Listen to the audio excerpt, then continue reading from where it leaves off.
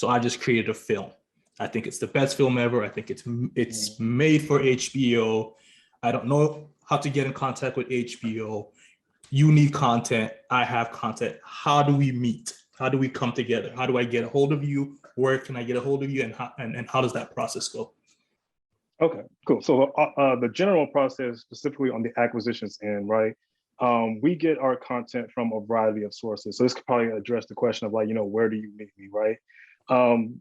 In most cases, acquisitions, we're dealing with rights holders. It's all about rights. And as you learn, like when any creative, they're coming out with a product or whatever, you want to make sure that in some form or fashion, you either control or retain the rights to your work. Because it's like, the rights holders essentially run the game in terms of like being able to determine like where and have that kind of that selective eye in terms of like where they want their stuff to be and who has access to the content, right? So you're saying like, you're asking me like, where can you meet me? So rights holders in most cases tend to be distributors, so different distribution companies, agencies. So a lot of these agencies now are able to like work on behalf of their clients, so like CAA, WME. They're able to come to market or come to us and say like, okay, my client has this finished work, if they, can still control most of the rights to it. And then we have like production companies, and specifically with production companies, we set up output deals with them. So like in the grand scheme of things, the production company has the rights to a program. It's already created, it's already produced, they still retain the rights to it. If we build a relationship with that production company, we can license their stuff with what we call output deals, meaning like we license things years in advance, or maybe like, some span of time in advance. And we built this relationship with them. So we have the idea of like, okay, they're known for this quality of content. We're going into an output deal with them. So which means anything that they release, let's say within the span of 2 years or whatever, we get first look, or we automatically get like, those first dibs on the content that they're coming out with within that 2 years. So that's what we call an output deal. So my first tip is kind of like, make sure you, like I said, make sure you have those rights, make sure you set yourself in some way where you're able to either get them through a distributor or have them through an agency or someone who can communicate to us that you have those rights and still retain those rights. And then we're kind of like, kind of always at different industry events, right? So we meet people at different industry events, like conferences and conventions and stuff like that. But I guess from the independent standpoint, if you're like, so like I say, you don't really have an affiliation with the distribution company yet, film festivals and kind of like, these showcases of content are your best bet, because a lot of times you meet not just people who are acquiring content like in the network space, but also distribution companies who are looking to bring more product into their company to kind of like go out with a package of content to distribute to these companies. They're looking for new product as well. So distribution companies, agencies, and production companies, we all kind of like run in the same circles. We're all like at these different showcase events and at these different film festivals. But I do wholly believe that from the independent perspective, especially independent media, independent film, and content creators, like the film festival or the festival circuit in general is your best bet to getting in contact with someone who is in the industry. Okay, which festival specifically does HBO have a presence at? Because there's a lot of festivals, right? I have this, like I have this film. I want to get it to HBO. Which festival should I be looking at? That I know that you have a presence there. There's gonna be someone from HBO there that I can possibly network with and start building that relationship. Are there specific festivals that you have presence at? Yeah, so our team, we're generally, we are generally at all of the major film festivals. So everything on the scale of like you have Cannes, you have TIFF, which is the Toronto International Film Festival. You have Sundance. We're at like the really, really big ones. Like even like they have like the Berlin Film Festival right now that's going on, or just passed this past week. So like we're there, but we're also like sponsoring on the corporate level, like different festivals as well. So we're at, and it's actually where we met. We're at ABFF because we're kind of like a supporting sponsor of ABFF. We're at the New York Latino Film Festival, so that's NYLFF. We're present there. We have kind of like our own film festivals that we put on. So they specifically for Asian descendants and like Asian American filmmakers. We have the HBO APA Visionaries Film Festival. So and we're also like at South by Southwest. So chances are at most of the major film festivals, we have a presence there. And as we like kind of like, you know, as the scale of film and like, you know, different product and different waves and splashes are made from different independent film festivals and just film festivals in general, we kind of try to make sure we have an eye at most of them so we can kind of, you know, get word of the content, because it's a very competitive market. Film, like we're competing with everyone from like Mubi, like, you know, just like kind of smaller platforms like Mubi and Topic, to like the big scales of like Netflix, and even like, you know, you see these entertainment tech companies, like they call them, getting into space as well. So Amazon is now present at film festivals. Apple, which has made very big splashes at some of the major film festivals, spending huge amounts of money on film. So like, you know, Apple made like a historic spin on at Sundance for Coda. They did it recently for Cha Cha Real Smooth. So like we're all competing in the same space. So if there's product out there and it's of quality, we want to make sure that we're in the place to see it. Now, so I'm at this festival. It's a festival that HBO's there. How am I going to get your attention? Do I have to win in a category? Like, you know, I'm a filmmaker. I don't have a distributor. I don't have any connections, but my film is here, and obviously it's competing with a bunch of other films. You know, do I have to win in order to get your attention, or is there a way that I can network with you guys, speak to you guys? Like, what's that process? What's that process like for me on the other side? Yeah, so on the other side, winning is nice. You know, winning or placing in a film festival is nice, you know, because like with that comes like, of course, press, like, you know, like, oh, so-and-so's film debut, like directorial debut or whatever, like in the trades, like you make headlines like that. So winning is nice, but it's not 100% necessary. So like we also like there have been times that we've acquired entries in film festivals that didn't necessarily win, but they like either placed or they were just they really resonated with us as a film, to the point of like we feel like we need to have this like within our portfolio or on our service, right? So you don't have to win, but just the presence of being there and kind of like making sure like, you know, your stuff is still being showcased there is just very, very important. We try to, because we're generally like a small team, we try to make sure we have eyes like on everything. Like I work with like content evaluators who are like really, really hard working. Like all they do is screen stuff like day in, day out. And they're screening stuff before like, you know, a winner is even announced, right? I guess they screen like things that like made it up to this point, like, you know, within a particular category or whatever. But chances are if it's present at the festival, they've seen it. They've been watching like a bunch of stuff. And of course, like, you know, like I said, like there's networking events within these places as well. So so like making, you know, introducing yourself personally, you know, if the opportunity affords itself to, like, feel free to go ahead and do that. Because we're present. Yes, we're watching stuff, like, you know, we're busy watching things or whatever, but we're still present for the events and networking stuff as well. So it's just about just like building that connection, like, you know, once you're there, and kind of like just making sure that either you're present physically and like, you know, able to make that make that inroads and that connection, or your work is present and being showcased. Now, if my film is there, do I stand a chance if I don't have, say, a star in this film, or I don't have any known actors? Is that something you guys are looking at and making sort of your judgment call, or is it just about the quality of the film or the story? So how are you sort of judging what type of films fit for your platform? Oh yeah, definitely.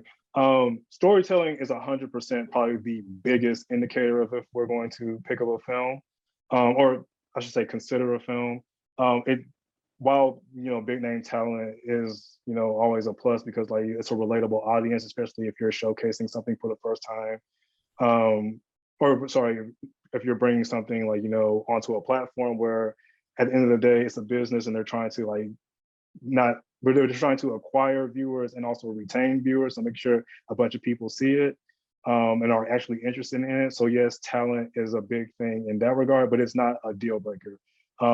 The story overall, if it's a good story and it's like just interesting storytelling from like how it's how the script is written, how like the cinematography, if it's like visually appealing, if all those things gel together and like, you know, create like the perfect storm of a product, and it doesn't have like a big name talent associated with it, it's still on our radar 100%. Because we're also, while big name talent is like, you know, a driver for most services, and it's like I said, brings people, or they say like the term, like, it puts butts in seats. While that's the case, we're also very concerned, at least on the HBO side, with being able to say like we broke a talent too. Like we're the ones who like came to the market, or be able to showcase like, you know, an up and coming film director or up and coming writer, someone who is able to tell a good story and might not be like discovered on the big stage yet. We're happy and we take pride in being able to say like, oh, well, their first product or their first film was actually on HBO or HBO Max before they got like, you know, the big name network deal, or the, you know, the big break in like, you know, major motion picture release. Actually, in relation to that, Ryan Coogler's first, his independent film before he went on to, you know, do like Black Panther improvisation, was actually an ABFF select. And I believe we licensed it. It was before I got on the team, but I believe the team licensed it to debut as a short on HBO prior to, you know, him becoming a really, really big name. So like just being able to say that we were able to have his film on like an early stage of his career, which kind of like, you know, set the stage for him being a breakout director, is a plus on our part. So yeah, we're like, if it's good, trust me, we're looking at it and paying attention. And guys, ABFF is American Black Film Festival. Yes, I'm sorry if I was clear about that. No problem. And okay, so I'm a new filmmaker. I was able to impress you with my content, whether that's a short or a feature. Now you're interested. What happens next? So that's, from that stage, it's kind of like, you know, making sure that all the gears are turning and that we're like able to essentially pull off the deal, right? Because within, you know, with interest and making sure, let's say like if it's you or if it's your film is being controlled, if like the rights are like through a distributor, usually we would go through like the distributor, because at that point we're starting the negotiation process, right? So we're looking at, you know, trying to see if we can negotiate the best deal for us, to make sure that we're able to like retain the rights. So for the most part, when we're looking at licensing a film, what we go after from the acquisition perspective is getting the best grant of rights that we can possibly get. And when I say grant of rights, in this case, we're looking at trying to get it exclusively.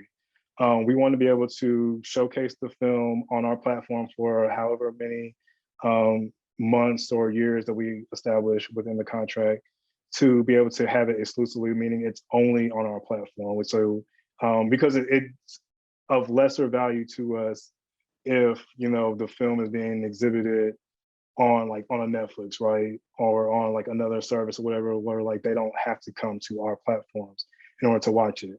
So we're making sure we're trying to, you know, negotiate for the best grant of rights in that case. And with different film deals or whatever, we're also, because we're a company, we're also working on multiple deals and everything at one time within like the entire span of programming for our service. And so therefore, like we have to make sure that we're mindful of what is budgeted for a particular acquisition, right? We have like so much money that's allotted to us. When I say specifically as an acquisition department, our like budget isn't the entire company's budget. Our budget is very particular to like our specific team and our specific purposes. So we're making sure that the numbers add up, right? Like we're being able to like license it, being able to in some form or some fashion have it on our product, or on our product, and make sure that's like able to basically pan out monetization wise for us. And then once, you know, we send the terms and agreement over to the distributors, or in this case, if we're licensing it directly from like the independent creator, once we send the terms and agreements over to like your lawyer or whoever your representation is, and we come to terms like on a deal or whatever, then it's just a matter of signing the deal and making sure that like our end of the deal is held up, where like we receive the product and make sure it goes through all QCing and everything, you know, making sure that it's in the right format for it to be able to exhibit on our our platforms, making sure we have like the right territories involved in terms of what we're licensing it for. Because there are chances in cases where we license things specifically for the US and like our territories. We're working on like, as we become much more of an international product, being able to get like an international grant of rights, but certain things make sense for certain markets. So it might make sense like we license something particular for a particular territory, and we might not need the rights for it for like another territory. But all that to say, if everything gels out, whatever, we're making sure that we can schedule it. So we're working with our editorial teams, working with our internal programming and scheduling teams, so they determine now where do we showcase this product. Going back to that whole like, within programming, there's a scheduling component as to like when do we want to release this now. Do we plan on using it to like bolster something that's in original programming, right? So we talk about original programming is releasing their series and their own films. Do we think that it's best to debut your film to support, the launch of an original series, right? Let's say like you have just spitballing off the top of my head. Let's say you have a series that's about breakdancing, right? And we're coming out with a reality TV series or whatever that deals with breakdancers. Should we save your film to kind of align it with the premiere of this breakdancing series? So that way, like, it comes up in the suggested content, like if they're watching a breakdancing reality TV series, oh, you might be interested in, Richmond's breakdancing short film or whatever it is. So like just making sure we on our P's and Q's with like, making sure that stuff is placed in the right place. And also, of course, working with like marketing and promotion to make sure, we do best and do best by your film, right? Because if we're taking the investment and putting time into licensing and negotiating and bringing your film on board, we want to make sure it doesn't get lost in like the carousel and in the library of the HBO catalog. And that's why I feel like specifically with HBO as a service, we kind of do a better job of that, or do a really, really great job of keeping that in mind, that we're spending money on this. We think we have like high quality content, so therefore let's pay attention to this high quality content instead of it being like kind of lost in the shuffle of like, back end catalogs and like, just deep in the library. Just make sure we're showcasing that stuff. Okay. And in terms of the decision making when it comes to projects that you're going to champion or bring onto the HBO platform, who is it? Is it a single person making that decision, or how many? What's the chain of command in that? In terms of, okay, I'm interested. You went to a festival, you spoke with this filmmaker or a production company or distributor. You're bringing this content back. Like, take me through sort of that process of how that decision is made and how many eyes have to see it, and then how long is that? I guess that time frame from that initial interest to actually acquiring it. Sure. So as far as like how many eyeballs, so like we're like, while we're a very lean team, it's not a single person or like two people or three people. It's like really a bit more expansive than that. But like I said, we have a team of content evaluators. Like all they do is just like read this stuff. We have, oh, I'm sorry, not read. Well, they do read some stuff, like synopses, and sometimes we get different things in. But they're viewing this stuff, and we have weekly like evaluation meetings in terms of like, this is like the slate of things that we watched like over the past week from like these different film festivals or whatever. And like the evaluation meetings are actual like discussions in terms of like, okay, like what do we think of this? What do we think of that? And while, like I said, we're working with a limited budget, so it could be the case that we're looking at a bunch of different things at one time. So it's a matter of like prioritizing, like, what do we deem to be, the most pertinent of like what we should go after, right? So as soon as we like decide, like, depending on what the priority is, and of course, like if we're looking at different things like over time or whatever, so things can change week over week. It's not like we have like, oh, this is the number one priority and it stays the number one priority. Like, even though we're like looking at something else, it could possibly stay the number one priority, but things could change as we view more stuff, because like I said, we're working with a very limited budget in terms of like, what's allowed to us as an acquisition department. But trust me, if the purse strings were like completely loose or whatever, like we would be like licensing so much stuff. But of course, like, we can't take everything. But yeah, it's just like, it's a team of dedicated content evaluators. And we're like just constantly reviewing this stuff. And and making sure like we have like these very, hard discussions about like, okay, we like this, why do we like this? We don't like this, why don't we like this? What could be better about this? How can we fit this into like some of like what of our initiatives are? So if you're familiar with HBO Max, we've launched like a number of multicultural initiatives. So in particular, when we're looking at different things, like we have Palante, which is the Latinx portal and initiative for HBO Max. We have Seen in Black. We have Humans by Orientation, which is like the LGBTQ plus multicultural initiative.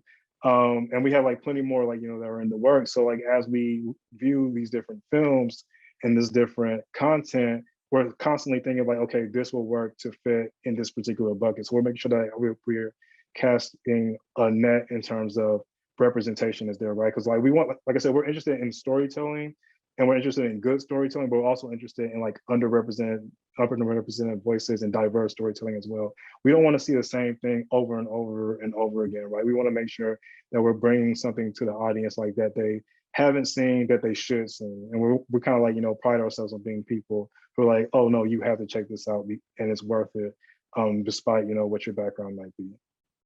Okay. Take me to the room for a second. So we're in this room, there's a group of us, we have this film that we're talking about. What's the criteria that we're marking this film on? I don't know, cinematography, whatever. What are some of the criteria that you can speak on so that I know that if I'm placing my film in that room, these are what you're looking at to judge whether it's HBO worthy or HBO material for that time or for a specific initiative? Yeah. So first thing first is storytelling. And from storytelling, we're asking ourselves, overall, like I mentioned like a little bit earlier, is the script good? Is the writing good? Are the performances great? Right? Like, it might not have to have big names. If it has big names, we'll give an eye to it or whatever. But there have been times where I've seen things that had big names and like the performance and the overall storytelling or maybe like the cinematography over it just wasn't cutting it. And it wasn't of what we consider HBO quality, right? And mind you, we're looking at this from the lens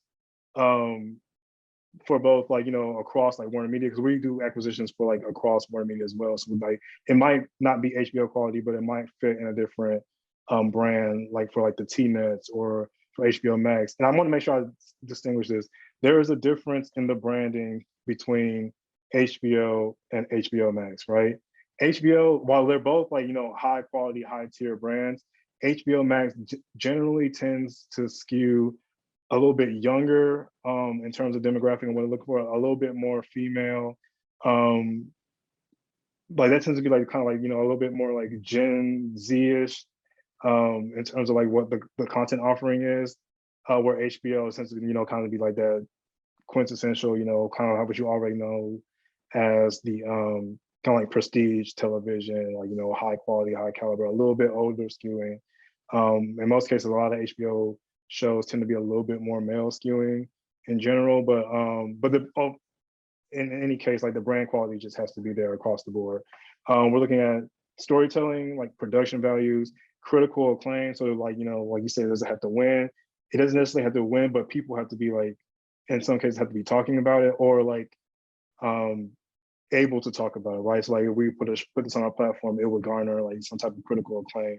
And also saying, does it bring I mentioned kind of an underrepresented voice, or is it bringing something new that we really haven't seen before? And if it's not bringing anything new, it kind of is it saying is this just really, really good storytelling? There are sometimes where a story has been told many times before, whatever, but if it's really, really good and just knocks it out of the park, in terms of the production values, the quality of what's being there, then it still garners our attention. So those are you would say those are the main criteria that you're looking at, the ones you just listed out. So yeah. Let's say, okay, my film passed all those things, right? I checked the boxes of all those things, and then where does the discussion sort of move from there, right? I'm just trying to take people sort of through that journey. Yeah. So where does the discussion move? I check all the boxes, everyone agrees on it, or I got high enough praise within that room, and then it's what's next from there. So from that point, we are then in the negotiation cycle, right? So we've communicated within the team, whatever, that like, you know, this is a film that we need to go after, right? So from that point, it goes from like, you know, our content evaluation team, it goes up a level, right? So we're because all this stuff has to be signed off on at different levels, right? So it goes up to kind of like the leader of our group, and then like, you know, they look at it and they're like, okay, we see that you have like, you know, this earmarked here or whatever. Like if it's within the budget, so then we're free to like, you know, engage in that negotiation, right? So it's a matter of like, you know, if the money looks right on our side and that money also looks right to you as a rights holder or whoever the rights holder is, the organization, if we're getting the right grant of rights, so making sure that we're able to get it for like how long we want it for, and like, you know, because like it doesn't make sense, like even if it's really, really good, like we're not going to write a deal or go into a deal and negotiate a deal where we only have it for like a week, right? Or we only have it for a month. We have to have like, you know, be able to get some kind of value out of it. So it's not worth it to us to only have it on the service for like a month and then for it to go away forever, right? So we try like, you know, we try to have like what we call windows on content, being able to have like a longer window on the content. So I would say for most deals that we've done, at minimum, they've been around like 2 years, like 2 to 3 years. And so like we're looking at, you know, being able to license something for like, you know, 2 to 3 years and be able to premiere it, you know, hopefully like if the financials work out, being able to premiere it in the same year. If not, like there are sometimes we have to like, you know, because these are all like based on finances and like based on budgets and what we have to balance that P&L sheet. So we might have to be able to like what we call moving certain things to a different quarter, just so it, you know, it's recognized financially in a different quarter. But ideally, we want to be able to like, you know, premiere it within the same year, or and then once that happens, you know, once it goes through that process and like, you know, the money checks out, we have everything netted out in terms of like the approvals and everything like that, and it works out on your end, then the deal is signed. And then at that point, you sign the deal and you're just waiting for it to, you know, tell all your friends and be able to promote it and say like, my stuff is going to premiere on HBO or HBO Max at this so-and-so date. And in terms of how much you sort of allocate to things, is that based on the project itself or the content itself, or is that based on just what you have in the budget? What are the metrics for judging, you know, how much money this film needs versus that film? Yeah, so it's a combination of both. Like I can't get into too much specifics or whatever, but of course it's like we have like an allocated set budget that's like, you know, bestowed upon us from up above. By up above, I mean higher up in the company or whatever. They're like, okay, acquisitions, you have this so and so much to spend on films, and that's like for the year. In some cases, it might be for the year or like the next 2 years, or whatever. And so all of that stuff that we're doing deals from like with major motion picture studios, which cost like, these are like $1 million deals, like indie studios, even down to like, you know, one-off licenses with like, you know, like I say, independent filmmakers and stuff like that. All of that comes out of the same budget, right? So it's making sure that, you know, we have like, once all the big stuff that we've like been planning like years in advance for, once all that stuff is taken care of, and like, you know, once we do these other deals or whatever, then we're like, you know, looking at a more realistic picture of what we have to work with for the year for particularly for independent films and, you know, film festival licensing and stuff like that. Okay. And in terms of like the amount of content HBO sort of acquires yearly, is there a set number of content that you're trying to acquire every year, and how much of that is based on acquiring from a big motion picture studio versus an agent, a distributor, and then independent filmmakers? Like if you can allocate maybe certain percentage to those 4 categories. Yeah,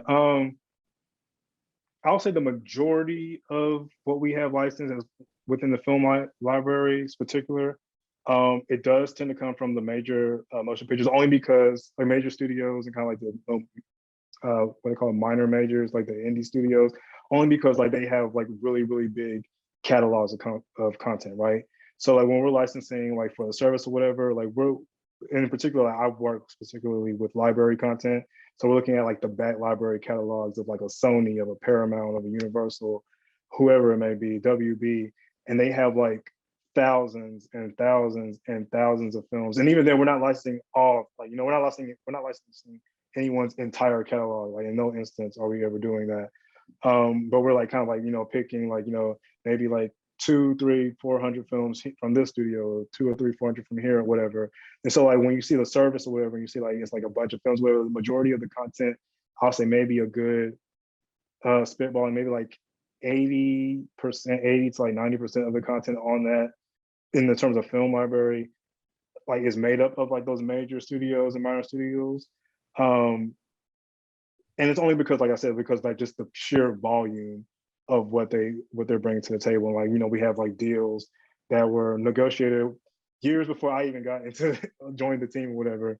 You have deals that are still in place, like I said, output deals in which like we get the first set of rights on a film or whatever automatically when those films are released in theaters or whatever.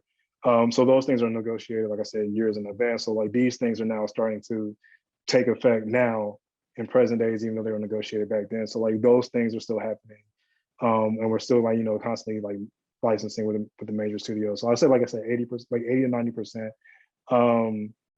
From like major studios, and I would say maybe a good bit, like we pride ourselves on like being able to get a bunch of indie content. So I'll say maybe a good like maybe 15% if we're dealing with like the 80% number. 15%, a good bit of it is from like indie studios, and independent filmmakers might encompass like the remaining like 5%. But yeah, like I said, just because of sheer volume from like different distributors and like major motion picture companies, whatever, the majority of our product comes from that. Okay, and guys, I know a few of you have raised your hand or typing questions. There will be room for that at the end, so don't worry if it's not. I'm not looking at that just now, but I will try to get to some of these questions at the end. But in terms of existing content, now usually we're dealing with content that's already been scripted, shot, edited. It's the final product. Now, if I am an independent creator, am I able to, before I go shoot, am I able to come to you and say, this is what I'm going to shoot? Do you think this could work for you? Can I have that dialogue with you ahead of time? Is that something you guys are open to? How does that process work? If I wanted to speak to you before I go create this a product, just to make sure that it checks the boxes that maybe you guys are looking at. Is that something, are those conversations that you've had before, you've heard people have before? Is that possible? Generally, no, we don't, specifically from our department. Like I said, like it depends on where you're situated. Acquisitions teams could differ in different companies and different organizations, whatever. Specifically for us as a team, it doesn't happen on the independent level. So like it's like an independent filmmaker or whatever. There have been times where like we've had like a relationship with a studio already, and they like, or a production company, and they like have like a script that they know that they're going to shoot, and they're like, are we interested? And in this case, we call it like a pre-buy, right? So you can like maybe like negotiate for rights or whatever, or pre-buy the idea before it's produced and fully realized. And in some cases, like we even have input on like maybe like some casting decisions here and there or whatever. And this kind of work like where we, in most like rare instances, this is where we work with the original production team, or I'm sorry, yeah, original production, like original programming team. But yeah, it doesn't. I haven't, at least I can't speak definitively, but I know I haven't seen it happen on the independent filmmaker level. It's usually something that happens, like I said, we have like a already established relationship with a production company or a studio who we licensed from things before or whatever, and they have a project that they feel like will make waves at like and as you see like EFM or like the European film market or the American film market, like before what they call like the hot project or whatever, like our hot package, excuse me.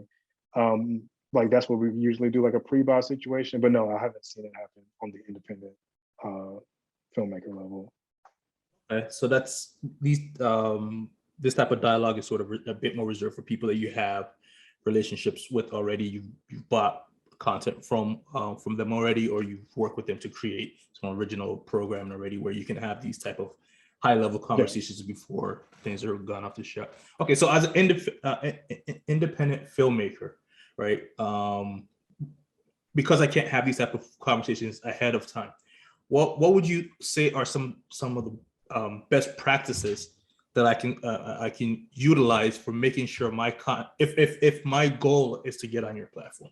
What are some best practices that I can use in the creation of my product to help me to give me a fighting chance to be able to get on your platform?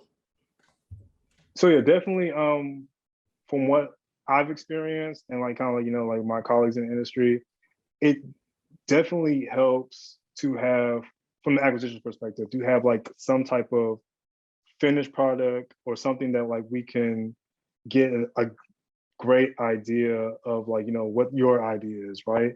So I've heard, like, you know, if you're trying to get some kind of like remote, like some type of attention or whatever, have like, you know, in the case of a series, like a pilot script. There have been cases where I've seen things like, you know, go from like it started out as like a short film, right? And then they turned it into like a feature or like, you know, or a series. And so because like the short film got so much attention, then like, you know, people were able to like, okay, like we're noticing this, we're making waves. Perfect example, and it's like, this isn't HBO, but like Bel Air, right? The series, the dramatization of Bel Air that came out, like it started as like that trailer, that kind of like, you know, short film-esque product. And then that's what kind of like, you know, got people's attention, right? Especially in the industry, right? People's attention, like, oh, okay, like there's something here, there's something with this creator. And like, that's generally like kind of like what you have to do. Same way with Issa Rae. Like before she had like Insecure, the TV show, she had Aqua Black Girl. And like, you know, you kind of like had this built-in following. You had something that showed and relayed like the general idea of what you were trying to do and what you like hope to accomplish like on a bigger scale. But it's definitely just making waves and making inroads, just building up attention I'll say in the landscape or in the marketplace with just like some type of product that's there. Even like, let's say like, even if you don't have like any actors or whatever, maybe you have the idea, like you have like animatics, you know, like maybe like a storyboard, something like that shows that you like are able to convey this idea and gain, and like, you know, gain the attention of someone. It's a very difficult process, I completely understand. And like not everyone has like the resources, but like this is what I've like heard, and I encourage people, like, you know, kind of like build your network, you know, like, you know, laterally, like within where you are, like with other people who are trying to create things, because you never know who you can lean on, like who can be able to help you, and like who you can piggyback with, and like just collab with to get an idea together and make something like come to fruition, because it definitely is like a hard process to like break through, especially like with so many gatekeepers and like, you know, so many, like, albeit like precedents is set like for different services, like HBO is the way it is because like of how, you know, people who have been in place and say like, oh, like we have this in mind in terms of like, this is what prestigious looks like to us, right? And slowly but surely, like, you know, we're opening those gates and opening those eyes and like gaining attention like here and there at new stuff, whatever. But it's even internally, it's still a process of like being able to show people, like, you know, that this content is here. And in some cases, like, I hate saying this, but like, just to be realistic, like in some cases, like HBO isn't the place for everyone's product. Ideally, you know, while you would like to be on HBO, it's not 100% sure that, like, you know, that it works for your product. Like, you know, Netflix has their span and their idea of like quality stuff. Amazon has theirs. Even like, you know, like All Black, I'm familiar with, like, you know, people who work at All Black and like the acquisition team and the leadership team at All Black, and what they're doing with there. So like everyone kind of like has their niche in terms of like, you know, what works for their services. But yeah, it's like, it's definitely just a hard thing to do, but I encourage people and like, just, you know, I'm here for the good fight. If I can help, I'll try like my best. I'm still working on my end too to try to like make things happen, but it's a process for us all. So you mentioned something there. You spoke about HBO prestigious, like Can you elaborate a bit on that? What's HBO prestigious, or what's HBO quality?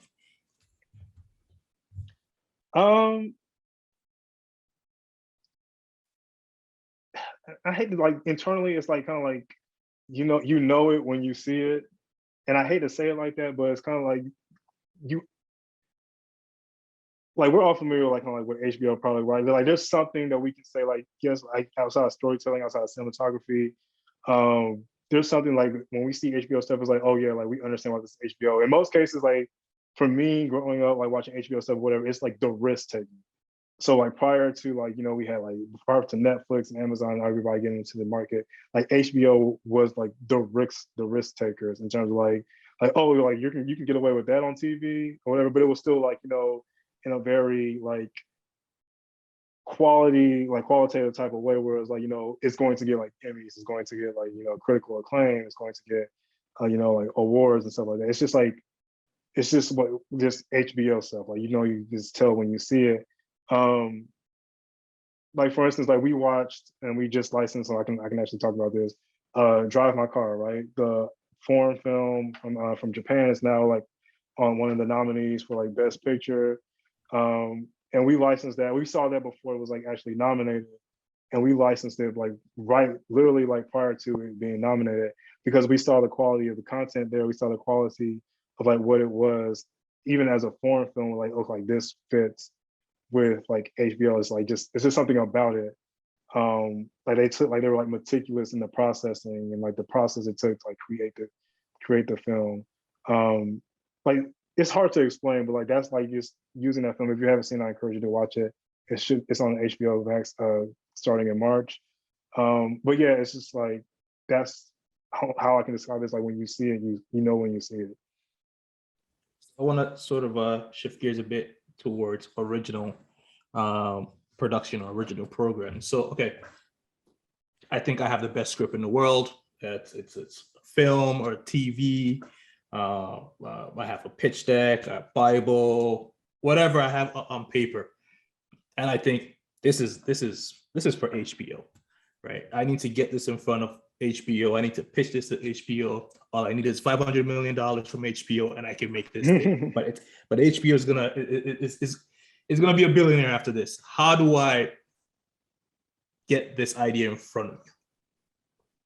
And speak on it. It's on this one. Speak on it a bit more from. I'm an independent filmmaker again. How do I get this to be considered by you guys? It's kind of hard for me to talk about like that from that perspective, because I work, like I said, on the acquisition side. So I'm not. It's different than original production, like original programming production. Honestly,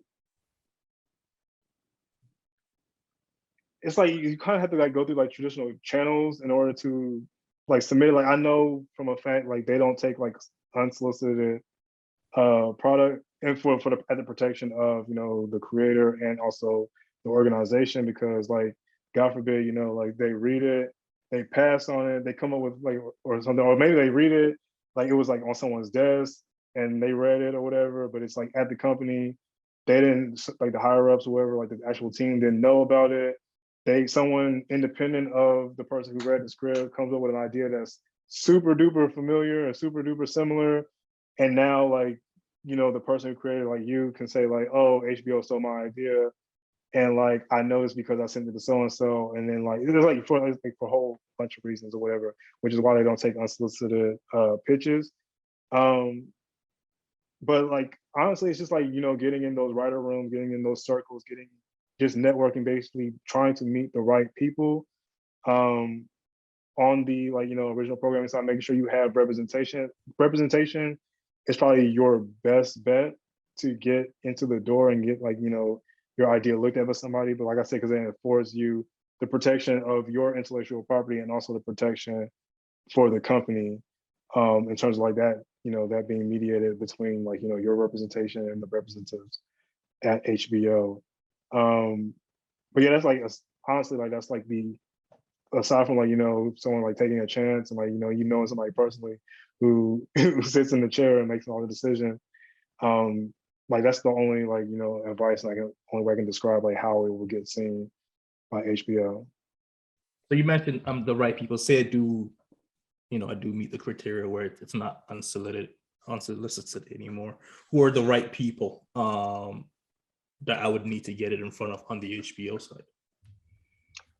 So the people who are over, so like organizationally, we have people who are tasked with like different departments within HBO, right? You have like a head of original programming specifically for drama, and then they have a team of people. So it might be like, you know, a EVP or SVP, and they might have like some directors and managers under them, and even they have like assistants, and assistants do like, you know, script coverage from time to time. And that's just like for drama. Then you have someone who does it for like kids and family content, someone who does it for animated content, like, you know, animation, someone who does it for comedy and like unscripted stuff. So there are these different verticals within that make up the entire original production, original programming team of HBO.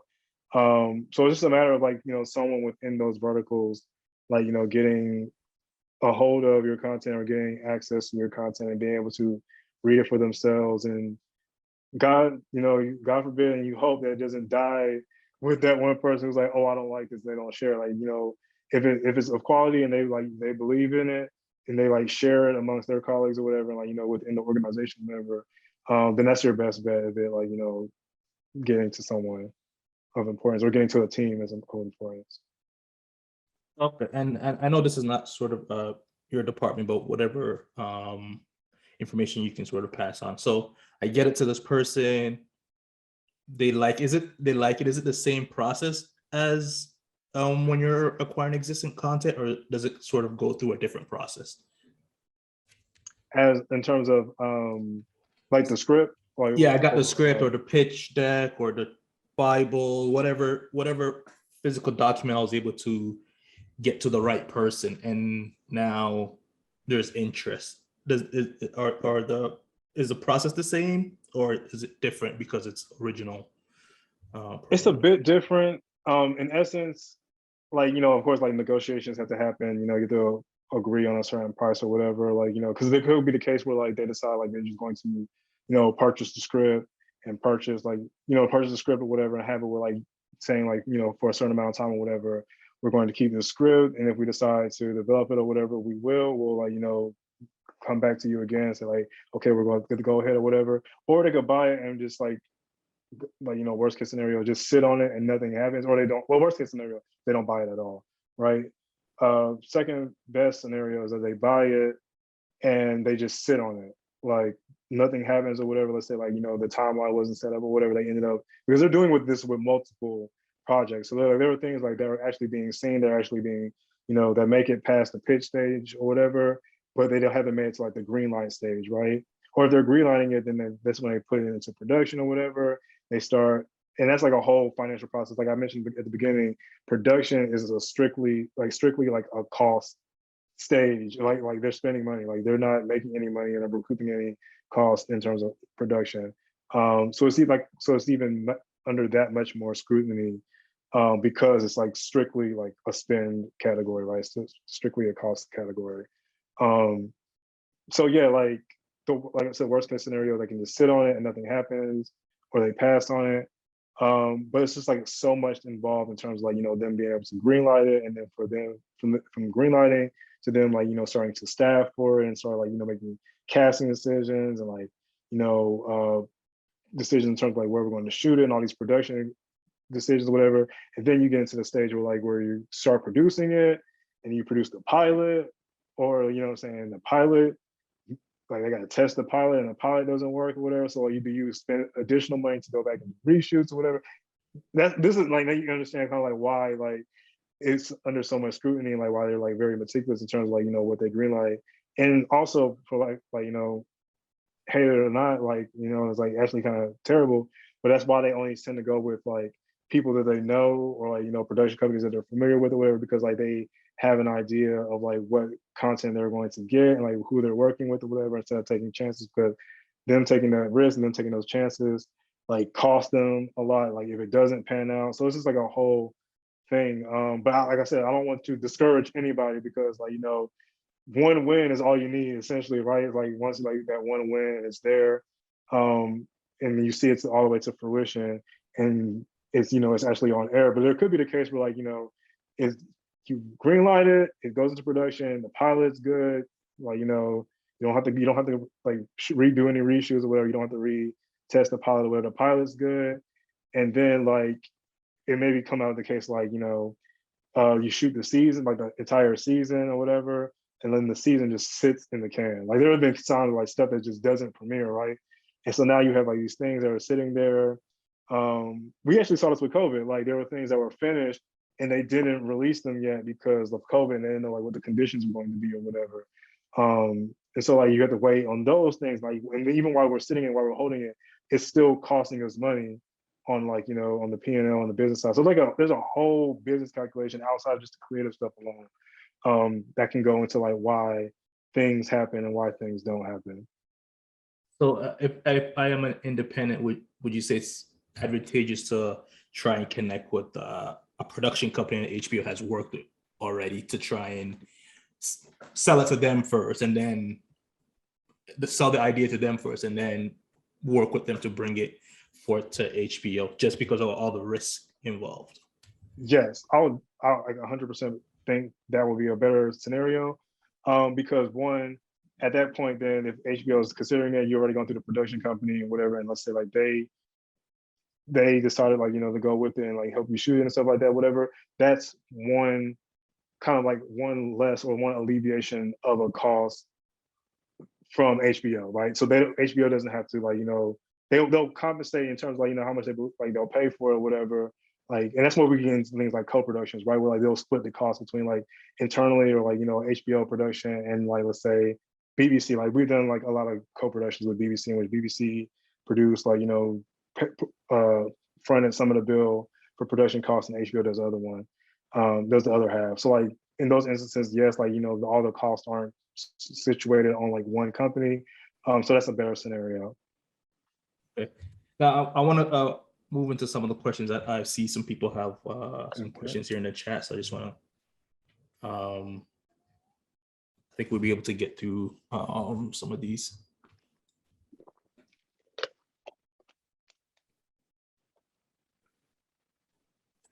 Okay, one person wants to know, how do you apply for a job as a content evaluator and watcher? So yeah, these jobs are actually like listed like on the our job site. I don't think we have any active listings right now, only because like things are a little weird in the company because we're about to go through the merger with Discovery, and of course like with any merger, you start taking a analysis and like overlook at like different what we call synergies, and basically in that regards like duplication in terms of like too many people doing the same exact thing. So unfortunately, like layoffs could occur and different things. So I think like there isn't really anything as far as a particular job title or listings yet. But yeah, you would just apply for it through the job, and kind of like the credentials for those who have been hired for that particular job. They usually been involved in some form of they've been like within like particularly for film, they've been like in the film industry in terms of like either covering like film as like a critic, or they've like gone to like different film festivals. Maybe they were like programming elsewhere at a different company, but they tend to have like a background in terms of like dealing with like film and dealing with like some cases script coverage. Some people have script coverage experience, but they deal with like content in some form or some regard in terms of like reviewing it for either like programming purposes or like critique purposes. Like I mentioned, like journalists, people who have like been film critics. We've had some people who worked on the team like in that capacity as well. So yeah, it's just applying for the job once they're listed. Another person had a question. They wanted to know, is it a disadvantage to not live in NYC or LA if you're trying to get your project made or your project acquired? And I'm still like, in my own career, I'm still like trying to now like to make this a decision for myself, like determination for myself too. So I'm actually based in Atlanta, Georgia, and I know like that industry-wise, a lot of the production decisions, right? Like a lot of the production process and business actually like, takes place in Atlanta. But it seems like a lot of the business decisions in terms of like, what gets greenlit in terms of like decision making and stuff tend to happen in New York and LA, specifically LA in regards to, I'm hoping and slowly seeing like, that shift a little bit where like, it branches out outside of what we call the coastal cities of New York and LA. But yeah, as of now, it can come off or seem like it's a disadvantage to be outside of like the circles of New York and LA. And this is speaking from like I said, my personal experience as well. Like, me being based in Atlanta. I was actually supposed to relocate to New York, but I was able to finagle my way into which like I'm able to stay in Atlanta for the time being. But I'm hoping like, there's like a transition or a shift to more of things being taking place in Atlanta and just outside of the coastal cities in different cities as well. So there's a lot of people on here from, like I said, around the world pretty much. Does the process change if I'm international versus domestic? Like all the things you spoke about, does the process change if I'm coming from maybe Thailand? There's people here from Thailand and then South Africa. Or does the process change a little bit for the international crowd? No, like the thing about acquisitions, it seems it's like a pretty consistent process across the board. Because like I said, we're primarily interested in doing negotiations and deals and kind of like, going to the rights holders. So the rights holders in each particular territory, like internationally or domestic, we still like, that's who we want to go to and that's who we want to go to and make the deals and negotiations with. So it could be the case as well that let's say, I'm just going to use like film as an example. Let's say we have, why am I struggling to think of a film? Let's say Fast and the Furious, right? Fast and the Furious domestically is distributed by Universal, right? Domestically, I'm saying like within like the United States and maybe like throughout the majority of North America. Universal has the rights to distribute the Fast and the Furious movie. So therefore, as me as an acquisitions person, we do the deal in negotiations for Fast and the Furious on HBO and HBO Max to have it licensed to our platform. We do that deal with Universal because we're looking at it for domestic purposes, looking at it for having that film on HBO and HBO Max in the US. Now, for instance, let's say like once we launch, let's say we launched in Europe and we're like trying to get the same exact rights for the same film in, I don't know, in Great Britain or whatever, in the UK, right, in the United Kingdom. It could be the case that the distributor of Fast and the Furious is a completely different company than Universal, as it is for being Universal in the United States, right? So it could be the case that like, Fast and the Furious might be distributed by, this isn't true, but like it could be distributed by Sony, right, in the United Kingdom. So therefore, the person who's doing that deal on the acquisition side would have to go to Sony for the same rights that I'm trying to get in the US for them to get those rights for that film in the UK. So the process is pretty much still the same, but the distributors could change. And if you go to like IMDb or whatever and like look up a film, whatever, and like scroll down, like kind of see like the companies behind it, there's a way you can like look at the companies involved. It'll tell you who the distributor is for that film in a particular region. So that's usually the only difference. But and it might be some differences in terms of like, what's allowed and like when you're able to license things. I know like, for example, like theatrical releases in France, you have to wait much longer to get them on like a streaming service compared to like, in most cases in the United States, like after like, like 45 days, well, 45 days is like the kind of new standard, but after like 45 to 60 days of a film being in theater, then it can go to like, it's what we call its next window, or like, being able to like come out of theaters and like be on like a streaming service or something like that.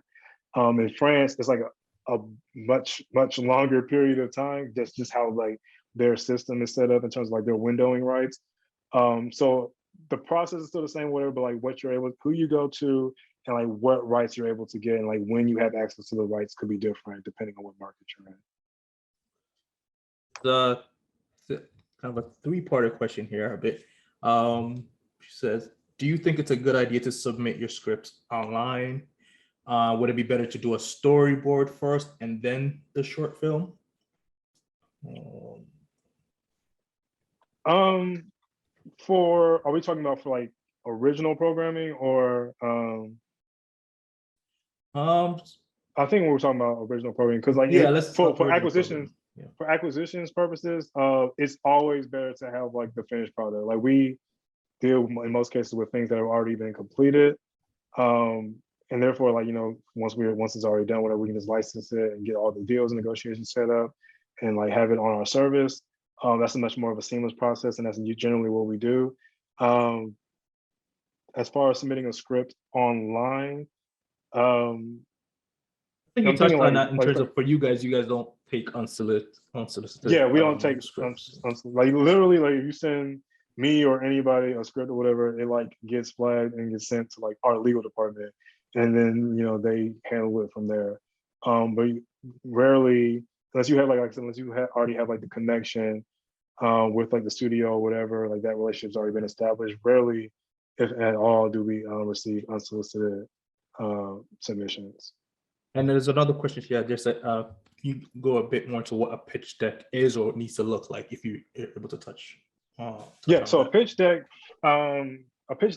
basically is like kind of like what you mentioned earlier, like kind of like the Bible, or like what the complete layout of an idea is, whether it's a series or a film, what that idea is for someone who isn't making it, right? So like, you're basically trying to explain to them the idea of what you're working on. So it usually includes like a synopsis, a log line, like a quick blurb of like what the general idea of the script is, or the film or the series is, a log line, a synopsis that kind of like breaks down, what is going to take place over the course of the series and or film.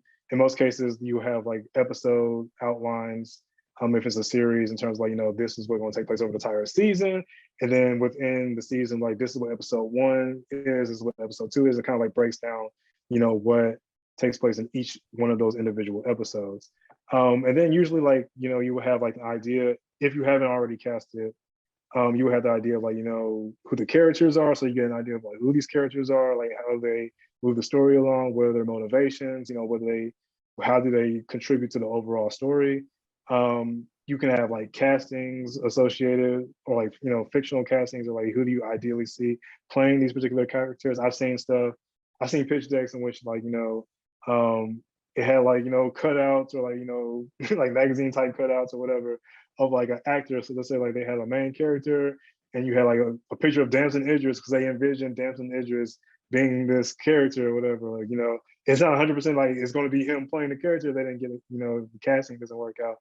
But that's who they envision for. So you're just giving people an idea of like, basically the entire story, from like character setting, timeline, and like synopsis of like what happens over the course of like how many episodes. And yeah, that's essentially a pitch that you're just giving that to the company, so that way they can follow along with your idea.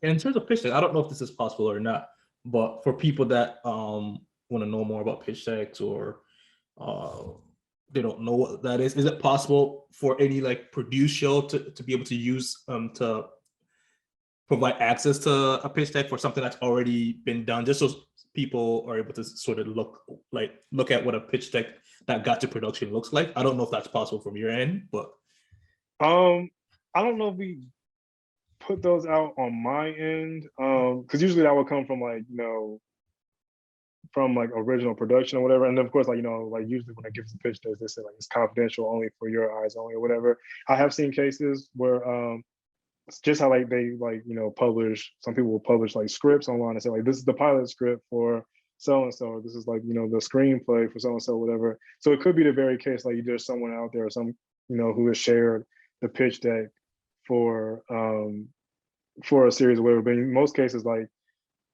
they tend to keep those confidential, because a lot of the pitch decks I've seen, they haven't been probably been picked up yet. And so like they're just waiting for that stuff to get picked up. But if it's out there, whatever, you don't want anyone to like repurpose your stuff and take your idea. So there was another one here. I think we touched on this, but they had a question earlier. Can you please talk a bit about HBO production process, whether you require unproduced scripts, which I think so we touched upon that. It wouldn't acquire it wouldn't be through my particular team of the acquisitions team, but if through like original production, whatever, or through like original programming, specifically through development, like if they get an idea for a script, or if the script is sent to them and they like the idea, they can purchase the script and essentially like put a deal in place where like they have so much amount of time to act on going to the next stage of like production or whatever, to act on the script. It could be the case that like and I don't recommend this, like some people sell like the scripts or whatever, and to sell it completely to them just to make the money, and then like nothing ever happens. Well, to just companies in general, and like nothing like ever happens to it or whatever, because you essentially just sold your rights away to the script, whatever, for the cause. Like, don't ever do that. If anything, like try to make it a deal where it's like, if you sell the script or whatever, they have like so long to like, so long in place, like do something with it. And if they don't, then like the rights revert back to you or whatever. You can sell it elsewhere or do whatever you want to with it. But yeah, like, there's the cases where like things get sold and then like nothing ever happens with it and it's just sitting there. Yeah. One last question, and I know LJ has to run. We're a couple of minutes over. What was the answer to the NYC or LA one? I think, Chris, I know you're asking. The answer is it better to be in NYC or LA? I mean, he's in Atlanta, so that's where he's working out of. I don't know if you have an answer to this, but if one is particularly better than the other, but if you wanted to chime in on that. Well, as of now, I would say most of the business for original programming in terms of like, series pitches and script pitches or whatever, a lot of that business takes place in LA. Atlanta is generally seen as like a production center, right?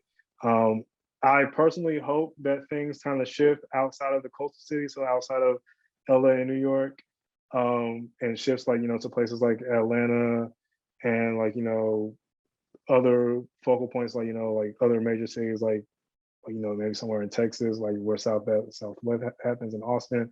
But as of now, like the epicenter of the entertainment industry in terms of like business and like things being greenlit or greenlighted is LA and New York.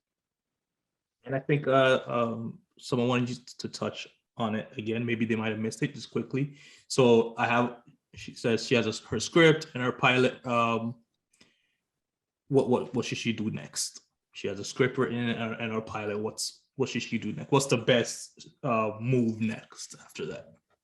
The best thing to do is shoot something. Like literally, it doesn't have to be like a professional production or whatever.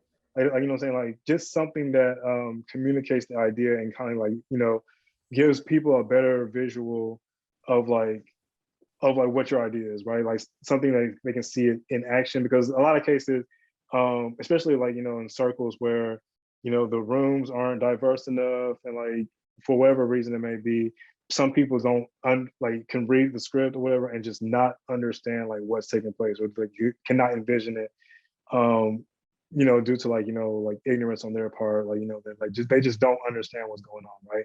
But if you're able to like show them in the form of like a trailer, like a short, like maybe even if it's like one or a couple of scenes out from the script or whatever, just give them an idea of like what is going on within your project. It's better than just having the script alone. I 100% guarantee you that it's better than having the script alone. The absolute final one, this is a licensing one in terms of streaming revenue. He says, on the distribution of content, is streaming revenue driving most of the returns on the licensing deals, or are you seeing growth in other channels? And what are those channels if you're seeing growth there? This is the absolute last question and answer, guys. Can you repeat the question again? I'm sorry. On the distribution of content, is streaming revenue driving most of the returns on licensing deals, or are you seeing growth in other channels? And if you are seeing growth in those channels, what are those channels?